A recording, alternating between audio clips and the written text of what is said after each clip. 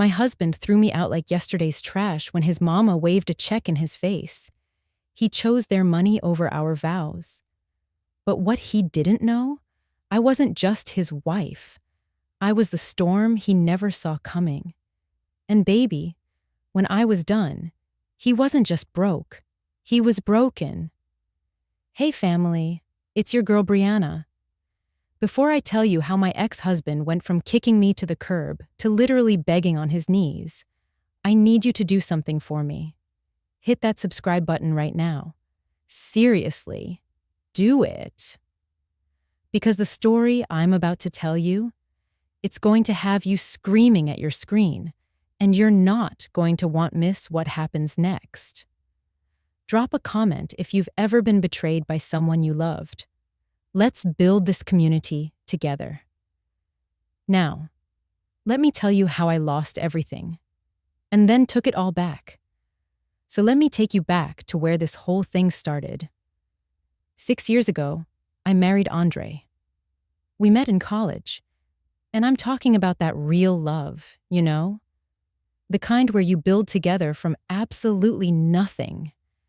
We were both broke students with big dreams and empty pockets. But we had each other, and back then, that felt like enough. After graduation, Andre wanted to start a construction business. He had the skills, the vision, but no money and terrible credit. Me? I had been working since I was 16, building my credit, saving every penny. I was doing marketing consulting on the side, bringing in decent money. So when he came to me with his dream, I didn't hesitate. I co-signed for the business loan, my credit, my risk, our dream. Those first few years were hard. I'm talking ramen noodles for dinner, one car between us, working until midnight every single day. But we were doing it together. His construction business started getting clients, small jobs at first, then bigger ones. My consulting work took off too. We were finally making it. After 4 years of struggle, we bought a house. Nothing crazy fancy, but it was ours. We had 2 cars, we could breathe, we could actually enjoy life. I thought we had made it through the storm together. I thought we were solid. But here's the thing about storms. Sometimes the worst one hits when you think the sky is finally clear. Andre's father passed away about 8 months before everything fell apart. His dad, Gerald, was a good man, treated me with respect, always took my side when his wife started her mess. Because, let me tell you about Lorraine. That's Andre's mother, and from day one, she made it crystal clear that I wasn't good enough for her son. Every family dinner was a masterclass in passive aggression. Little comments about my hair, my clothes, my job, my family. Nothing was ever good enough. Gerald used to shut her down, but once he was gone, she had nobody to check her anymore. Gerald left everything to Lorraine. I'm talking about the house, the savings, the life insurance, everything. We're talking around $700,000 total. Suddenly, Lorraine had money and power, and that's a dangerous combination for someone who already didn't like you. I started noticing Andre changing. He'd come home later and later. He'd be on his phone, texting, then quickly putting it away when I walked in the room. He stopped talking to me about the business. We used to discuss everything. Every contract, every decision, every plan. Now, he'd just say it's handled and change the subject. I felt it, that shift. But I loved him. So I told myself I was being paranoid. I told myself he was just stressed about losing his father. I gave him grace. Then came the day that changed everything. I had a lunch meeting with a potential client, and I got food poisoning. I'm talking about the kind where you know immediately something is wrong. I excused myself, drove home early, just wanting to lie down. I walked into my house at 2 in the afternoon on a Wednesday, and I found my husband, his mother, and a lawyer I had never seen before sitting in my living room. Papers were spread out all over my coffee table. They weren't even trying to hide what they were doing. The second I walked in, the room went silent. Lorraine looked at me like I had interrupted something important. Andre couldn't even meet my eyes. And this lawyer, this stranger in my house, just kept shuffling his papers like this was normal. I stood there sick as a dog, confused as hell, and asked what was going on. That's when Lorraine smiled. I'll never forget that smile. She said, "Finally, Andre is seeing sense." I looked at my husband, waiting for him to explain, to defend me, to say something. But he just sat there, looking at the floor like a guilty child. The lawyer cleared his throat and started explaining. Lorraine was offering Andre $500,000 for his business expansion. The construction company could grow, take on bigger projects, hire more people, maybe even go regional. It was everything Andre had ever dreamed about. But there was one condition, one deal breaker that Lorraine insisted on. He had to divorce me first. I actually laughed. I thought it was a joke, but nobody else was laughing. Lorraine leaned forward and said, "That business is my son's legacy. I'm not investing my late husband's money into something that has your name attached to it." I looked at Andre, really looked at him, and said, "Tell her no. Tell her we don't need her money." And you know what my husband said to me? He said, "Baby, try to understand. This is business. My mother's right. We can always get back together later." I felt my knees go weak. This man, the man I had sacrificed for, co-signed for, built a life with, was choosing his mother's money over our marriage, over me. I asked him if he was serious, and he actually had the nerve to look annoyed that I wasn't understanding. He said the business needed this. He said it was an opportunity we couldn't pass up. He said a lot of things, but not once did he say, "I choose you." Lorraine jumped in, telling me I should be grateful they were handling this cleanly with a lawyer. She called me a gold digger who had trapped her son, said I had been holding him back from his true potential. And Andre? He just sat there, didn't defend me, didn't stop her, just sat there like a puppet. Then it got worse. Andre told me he needed me to move out that night, not next week, not next month, that night. He claimed the house was in his name only, so I had no right to stay. I was standing there sick, betrayed, and now being evicted from my own home. I didn't even fight it. I was too shocked, too hurt, too broken. I went upstairs, packed one suitcase, grabbed my laptop, and left. I was crying so hard I could barely see to drive. As I was walking out the door, Andre actually said to me, "You'll be fine.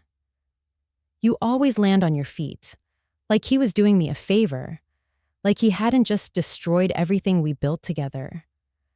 I ended up at my best friend Nicole's apartment. She took one look at me and knew.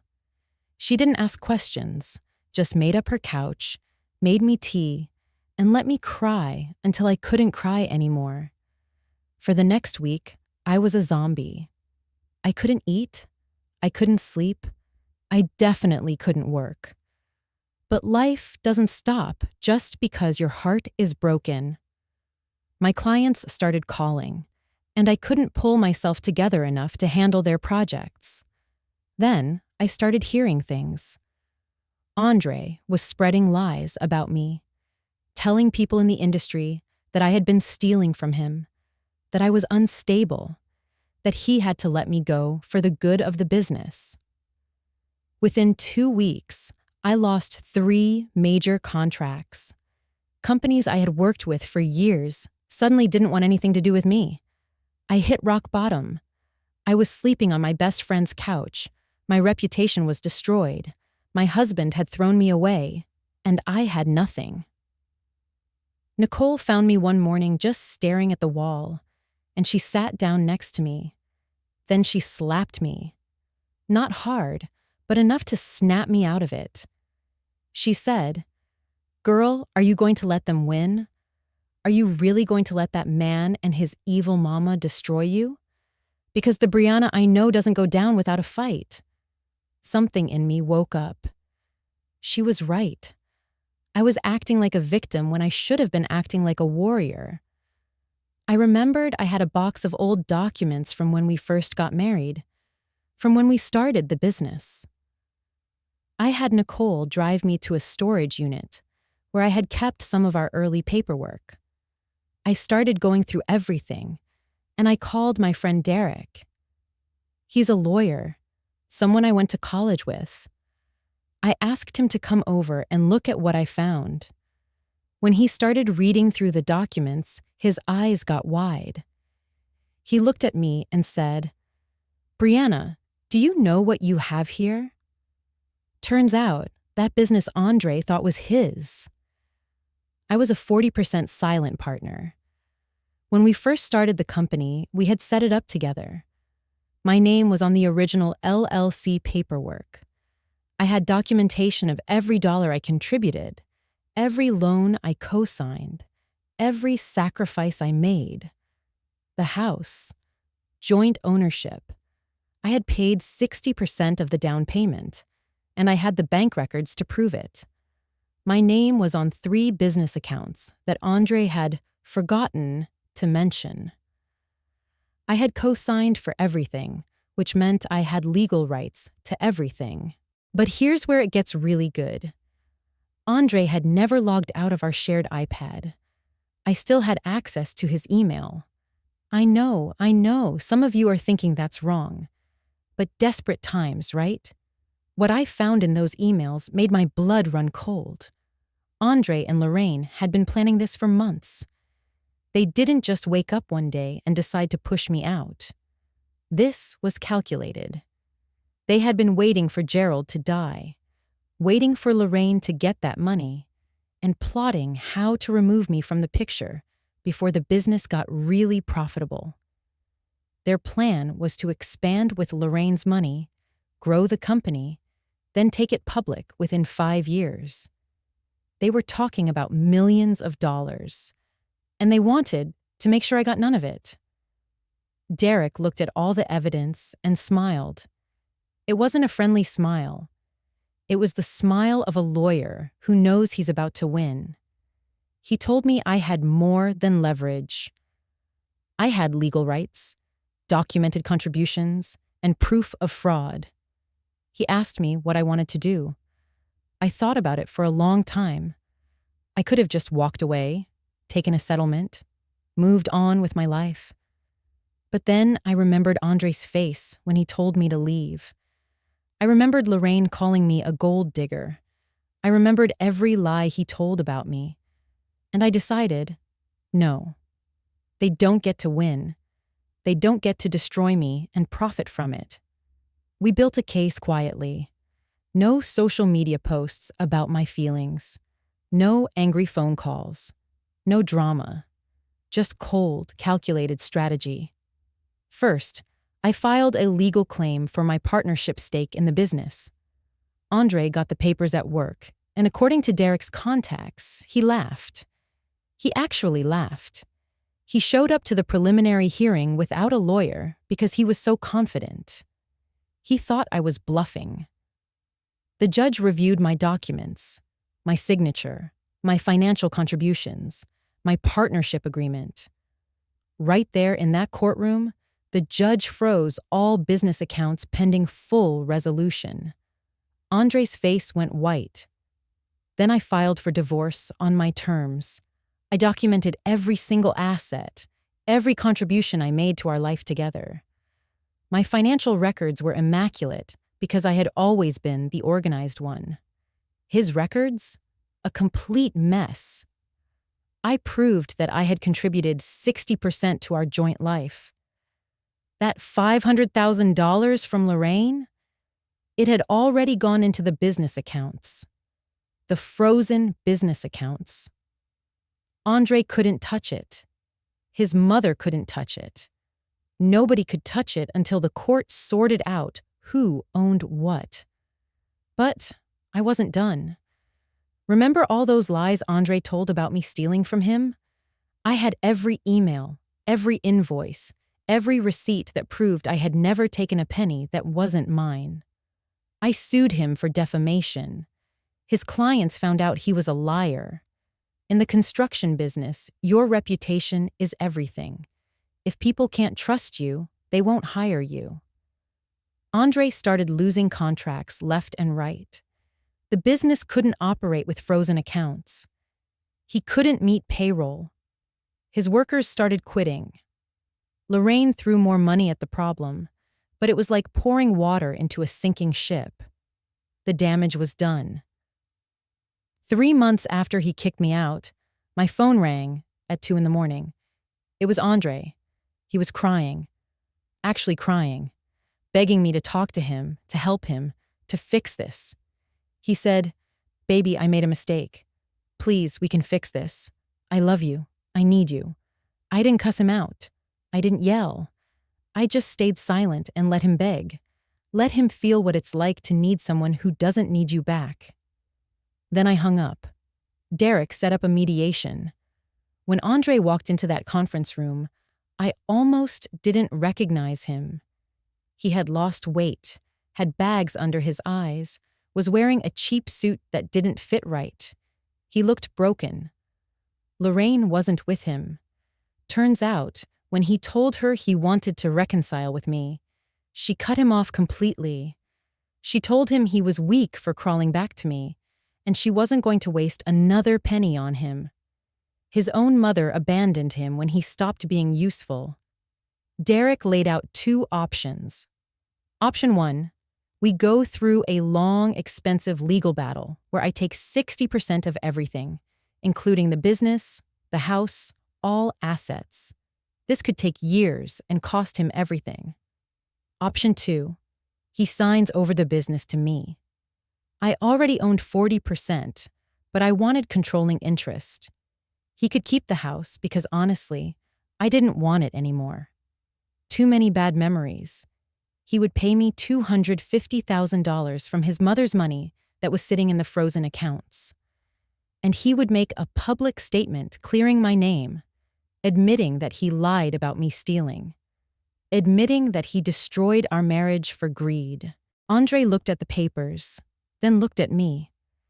He asked if there was any way we could work this out, maybe try again. I looked him dead in the eyes and said no. I told him he made me feel small, worthless, disposable. And now I needed him to show me he understood what he did. I needed him to humble himself the way he humbled me. Right there in Derek's office, I told Andre to get on his knees and apologize. Not for the lawyers, not for show. For me. The room went dead silent. Derek looked uncomfortable. Andre looked shocked. But I didn't back down. I said, "You want option 2? You want to keep anything? Then you get on your knees and you apologize for real." And he did it. My ex-husband, the man who threw me out of our home, got down on his knees in front of me and apologized. He cried. He told me he was sorry for choosing money over love, for listening to his mother, for destroying the best thing in his life. I didn't forgive him. I'll probably never forgive him. But I accepted his apology, and he signed the papers. 6 months later, I renamed and rebuilt that company. I called it Phoenix Construction and Development. From the ashes, you know? I brought in a new management team, people who actually knew what they were doing, people with integrity. The company didn't just survive, it thrived. We doubled our revenue in 6 months. I was featured in Black Enterprise magazine. Me, the woman who was supposedly holding the business back. Andre? Last I heard, he's working for a construction company now. Not owning one, working for one. Making hourly wages. Lorraine lost most of her money trying to save his failing business before I took over. They barely speak now. I don't have him blocked on social media because I want him to see my success. I want him to see exactly what he threw away. So yeah, he threw me out for money, and I took it all. But here's what I want you to understand. This wasn't about revenge. This was about justice. This was about knowing your worth when someone tries to convince you you're worthless. This was about standing up when everyone expected me to stay down. If you're going through something like this right now, listen to me. Document everything. Every text, every email, every receipt, every contribution you make. Know what's yours legally. And never ever let someone make you feel small because they want to look big. You are not what they say you are. You are what you prove you are. Now here's what I need from you. If this story fired you up, smash that like button. Share this video with someone who needs to hear it. Subscribe if you haven't already, because I've got more stories that'll have you on the edge of your seat. Drop a comment telling me, have you ever had to stand up for yourself when everyone counted you out? I read every single comment, and your stories give me life. Remember, you are stronger than you think. You are smarter than they hope, and you are worth more than they'll ever admit. I'm Brianna, and I'll see you in the next one. Stay strong, stay smart, and never let them see you fold.